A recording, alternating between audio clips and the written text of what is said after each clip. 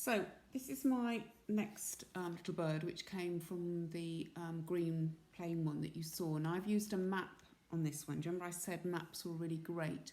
So I've used a map for part of this, and then this part was part out of a magazine. It was a little painting of some leaves, but I also cut out this as an alternative, which was actually a bit of a paint palette from a magazine, and I quite liked that one as well, but in the end I went with that one. So, and I think I mentioned before that maps were great, because what I might do on one, I think I might do a black and white one and then actually position it onto the map. This is an old map of Leamington Spa, but I've got ones of Coventry and I've got one of Warwick as well. So I think I'm going to do a black and white one on that. But for this one, I've got my image that I'm working from in front of me, and I've got my bird, and I think I'm probably going to stick it onto this colour background, but I'm not absolutely sure at the moment. So you can begin to see that I've started to work into it by working on with the gel pens or the fine liners. So I'm just going to pick up my other gel pen. So I've started with the white, but I'm going to look now a little bit at what I've the drawing, and I'm going to start to work on and introduce a little bit of black into some areas. So it's just working through. You probably can see, you probably can't see actually, because I'm looking up, you can't see everything on the screen, but I'm looking up and looking at the drawing that I am working from as well.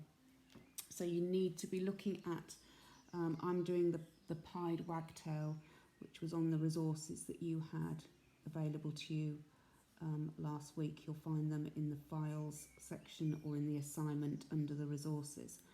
I think they could be in sort of both areas, so that you can start to sort of see how you can start to draw on.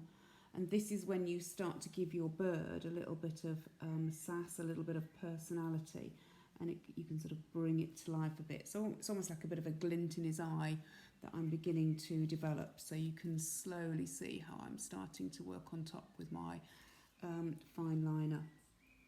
But I'm not just making this up. Trust me guys, I am looking at the drawing that is right in front of me.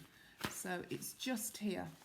Just pull it down, it's just in front of me, so I can start to look at and observe everything on that piece. I'm just going to take it off this background for the moment, so that I can vary how thick or thin I want that black line to be, or how much I want it to be a sort of dark filled in area.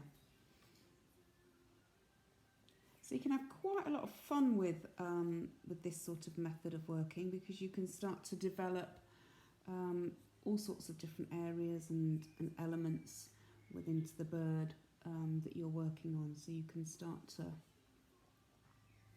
really look at how you can develop it and work into it. It's quite nice to work with a combination of black and white, but if you want to add more colours, then you can do.